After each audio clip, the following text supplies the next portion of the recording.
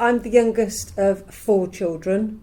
I was born in Weston. One of my sisters was born in Weston, and my brother was born in Bristol, and my sister in London. So that sort of tracks the pattern that my mum and dad had when they first came over. I was schooled here. I went to private school in Burnham-on-Sea, and then college in Weston, uni in Bristol, and then worked in Bristol for 8 years. So all my childhood has been in Weston-super-Mare, and I think I remember when I was a child that most of the seafront was owned or operated by Greek families. So we were a very big community, a very close community, and most people were still working their way up in terms of success and what they had and how hard they worked. So we were all sort of on a level playing field. We all helped each other. I know lots of times my dad guaranteed people's businesses to get them on the rung, if you like, on the property ladder, on the business ladder. And I remember in my 20s and 30s receiving letters from the bank manager saying, Mr. So-and-so, you're no longer a guarantor for him. Thanks for the last 30 years. We wouldn't have had a clue about it. So it was very much helping people, and we were growing up in that environment. So from very young, we went to Greek school, almost the same age as we went to English school. My dad was one of the community members that founded the Greek school, so it was a 3-line whip. You had absolutely no choice whatsoever. And when we were small, we kind of begrudged our Friday nights and Saturday mornings, but could do nothing about it.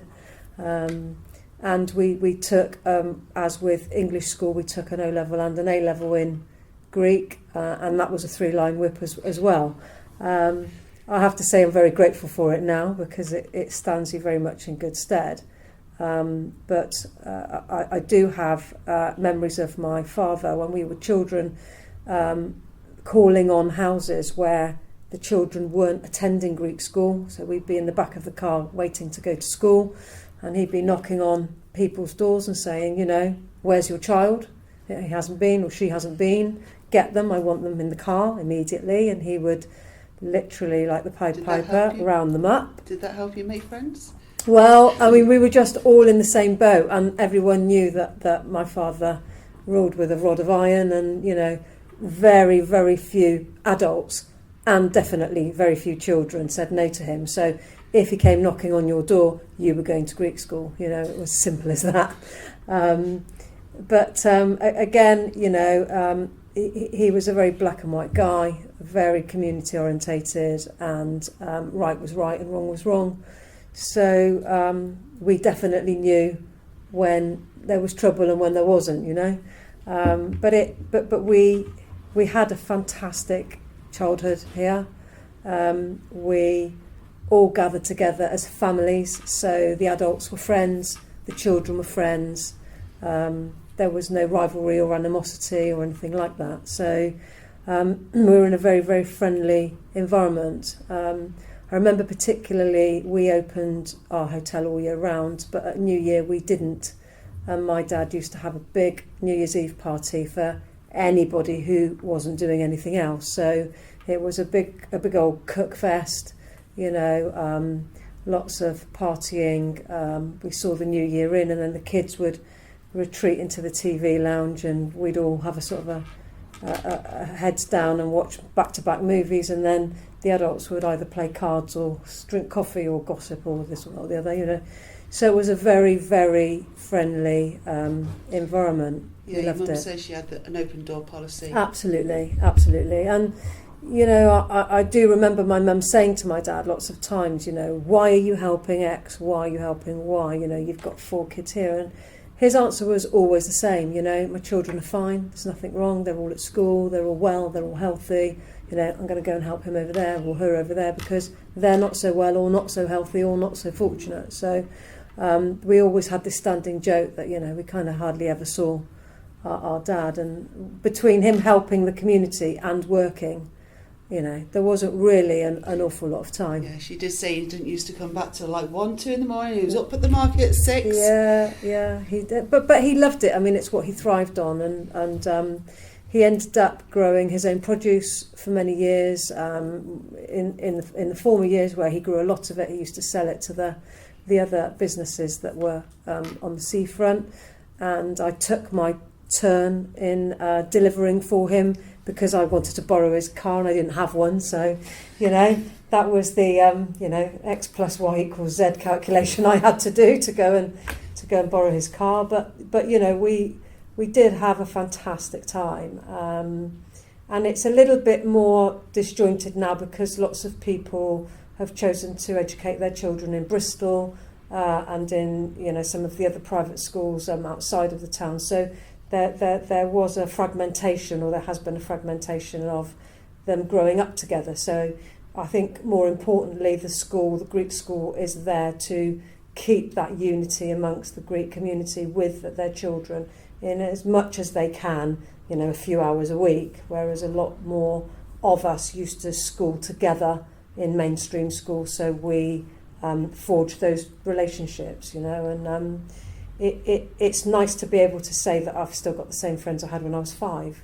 in my community, and I have, and I don't think you lose that. You don't lose that that closeness with people, and it's, even if you don't see them, it's a bit like riding a bike, Once you've done it, and then you just fall back into your pattern. So, and I think really your upbringing and that kind of upbringing shapes you to want to give something back. I think my dad was a philanthropist way before his time. He kind of punched above his weight in terms of what he wanted to achieve on a charitable level, on a philanthropic level, and he instilled that in all of us, really. So we've all got our own way of helping people, whether it be a not-for-profit organisation, or giving your time, or giving your efforts, or your connections, or your money. At the end of the day, it is something we do, and we do as a matter of course, because really he instilled that in us. So I think he did a good job by being that sort of robust in our upbringing. You knew exactly where you were, and knew exactly what you had to do to be viewed as a good person in your community. So there's absolutely nothing wrong with that, which is fantastic. One thing that did come out earlier is you said that you went to private school at Burnham. Yeah. How did you get to socialise with other, rather than just the Greek community that all went to the same school? Did you socialise with them, and were they living here, or did you all go to Burnham? Or there was about half a dozen Greek girls that went to Burnham. It was a convent school, so it was an all-girls school there, and right next door there was an all-boys school, so some of the boys went to the school next door. Yeah, but school parties, can't we? Yeah. But yes, we made friends there, but predominantly that school was sort of Burnham and the surrounding areas. So we were very much a small group of people coming up from Weston, and some of the girls a few years younger than me didn't get to finish their schooling there, and they ended up going to a school in East Brent, so because it closed down. But yes, most of the girls in my age group went to that school. So I was just wondering how it worked back here then, because meeting up with friends, when I was that age, I was always out with my friends. Yeah. And I'm just wondering, because obviously you've got your central Greek community, you've got your friends, how much of integration or how much hassle would you have got if you'd gone out in the 80s or... We were very much in what I would call controlled environments, really. We always went out in groups, and usually if we were going to clubs, we either knew the people that owned the club, or we went with our brothers or cousins, or that sort of thing. It was always, the boys must look after the girls in our environment. So yes, we went out. Yes, we went to uni. We had no restrictions in that respect. But when we were younger and first starting to go out, we were always probably escorted, I would say, in the early years. And then I think once we we went to university, and we started to do our training, particularly in Bristol. I mean, you know, our parents then were in their sort of 50s, still working, so we kind of came and went as we pleased then. So there was, I would say, from about 16 and onwards, there was that sort of merging of cultures, if you like, and, you know, what we wanted to do, but still keeping hold of our traditional ethnic background, if you like. Yeah, nothing we did ask is if there was any traditions that you still maintain to this day that has come over from Cyprus and that will be passed down to the next generation. Yeah, I mean, quite a lot really. I mean, we are, you know, we're not avid churchgoers, I don't think. I think our generation go to weddings, christenings, funerals, you know, the usual things. We tend to go there at Christmas, we tend to go there at Easter, and we tend to go for memorial services. We have a very strong ethic about annual memorial services for those of our family that have passed. So, for example, my dad passed away 15 years ago. Every year we have a big service for him, and you know, those are the traditions that we keep. We also have our houses blessed once a year by the priest, so he comes just before Easter time and gives you, you know, your family blessing, your household blessing, etc. For the year. So we uphold those traditions, and wedding wise, and christening wise, we uphold all of those traditions. We all know, you know, what we need to do, how we need to do it, you know. And what the vital ingredients are, if you like, for a Greek wedding or a Greek christening or even a Greek funeral. You know, we all understand that, and it's part of our heritage, and we are very happy to sort of continue with that tradition. Speaking of the priest, I know that very often in Cyprus and probably in Greece itself, if a new business is starting or anything, the priest will very often come along and actually bless the business, you know, on its opening. Do you still do that? Is that one of the things that you still do here? Yes, it is. For I mean, instance, when you reopened the pier, you know, did the priest come along and bless the business as such? The priest came not when we bought the pier, but when it burnt down.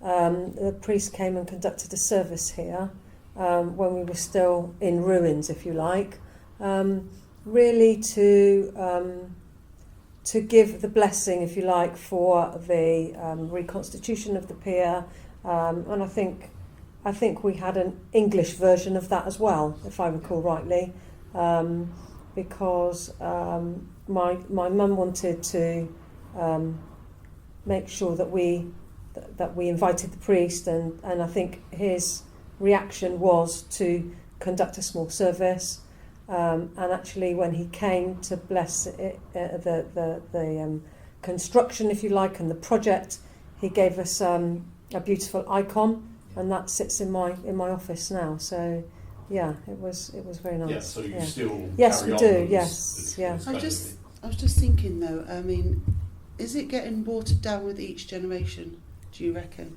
Because your mum is very much that the priest has got to come and bless, and that's obviously what she's brought over, and I should imagine in Cyprus there's still very much priest will come, but it wasn't your idea, it was your mum's. So do you reckon the traditions will just be watered down, or is the community working very hard to maintain? I think they are, and I think or is it just an older generation thing? Well, I think what will happen is, if the day comes when she's no longer here, those are things we won't forget, and we may not know when to do them, but we absolutely know how to find out about when to do them. So we may not have that knowledge, all of that knowledge at our fingertips, but we absolutely know what we have to do. And I think because of the way we've been brought up, we will look for that. We will look for those things that made her happy. we will look for that recognition to make us happy, I think. So I think they've done their job. It's just because she's here, she prompts you. Mm-hmm. And I think if she isn't here, we'd have to prompt ourselves. And I think that, is it watered down? It probably is watered down, because I think you take on a different way of life. You know, my mum's 78 and she still works 7 days a week when she's here. I've changed how I work. I don't work 7 days a week. Sometimes I work 6 days a week, but I always make sure one of my days of the week I don't work. That's a complete break with the kind of life that they had. And I think as the generations go on, they'll look for a bigger work-life balance.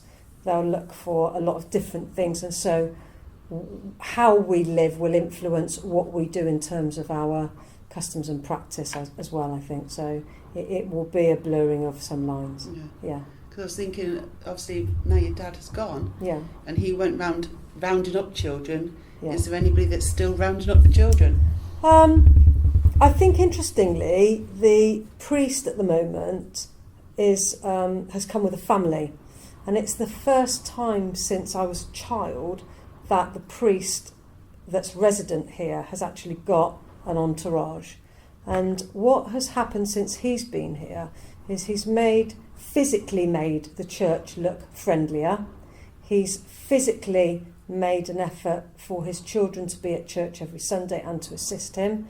His wife and he also have a small business in the town now, so they're integrating in a far more wide-reaching way with the community. And I think people, certainly I have seen, actually want to engage with the custom and the tradition because he is the kind of person that he is. Sometimes our priests can be a bit standoffish, a little bit unapproachable, and I think that doesn't help the younger generation from wanting to get involved. Whereas this chap and his family have definitely made a difference. And I think the other thing to appreciate as well is we still uphold the traditions that my parents brought over in the 50s. If you go back to Cyprus, you'll see there that they've completely changed how they deal with the traditions, because in Cyprus now they have a huge influx of Russians, they have a huge influx of other nationalities, Filipinos, Sri Lankans who are home help, and there's a lot of blurring of lines even over there. So it is, when a lot of our relatives come to Western from Cyprus, they tell us quite often that we uphold our traditions more than they do over there. Wow. So that is quite something, you know, and that's simply because they haven't been tampered with, you know. They've just been diluted from generation to generation, but actually they're exactly as they were when they kicked off. Over. Yeah. Lovely. So very nice. It's nice to know. Yeah. No, but I mean, Western's not had that much of an influence on them. No, but Cyprus itself, I mean, they've had British naval bases, RAF bases and army bases there for so many years that I suspect that even with just that, it would have watered things down to a degree, because they would become anglicised, you know, to start doing and many of them, many of the family, probably most of the family, married their own. They married Greek boys and girls. And in the 90s in Cyprus, one member of my family married an English girl from Manchester, one of my cousins. And then in the 2000s, another chap married an Irish girl. So it's beginning to change a little bit over there. Not as much as that has changed over here, because, you know, I'm one of four. My brother's got an English wife. My sister's, the young lady that was here, her husband's English. She's got two siblings. Both of them have married English people. So there's a big integration here in terms of marriage. more so than over there. But I think our customs here are more original than they are in Cyprus now. Yeah, because we were saying that you can have the 2 weddings as well. Yes. With the registry, and then obviously the Greek Orthodox one. Yes. And the money, and your mum went integrated. She's very proud. Yes. I've got to say, she's so proud. Yeah. Yeah. Do you find that Weston has, on the whole, over your childhood and adulthood, just been more friendlier, more open to the Greek community and to learning about your traditions and things like that? Or yeah, I mean, is it still very much circular in Weston, but not? No, we've never had a problem integrating, and I think a lot of it has to do with the fact that the committee members on the Greek community always did things with the mayor's parlour, with the town council, with the tourism board that was of old with North Somerset Council. So quite a lot of integration, talking about business, exchanging views, inviting. We used to get invited to the mayor's parlour as a community, so we would have a number of people that would go and do that. We would also raise money for the hospital and scanner appeals and one thing and the other. So there was always a lot of integration, and we always had very regular Greek nights where we would cook the traditional food, we would play the traditional music, and we would invite a lot of anybody really who wanted to buy a ticket could come along, but we also had an element of inviting certain officials and dignitaries from the locality and also sort of English friends and family into that environment. So I don't think we've ever had a problem with that, with being accepted and being part of the community.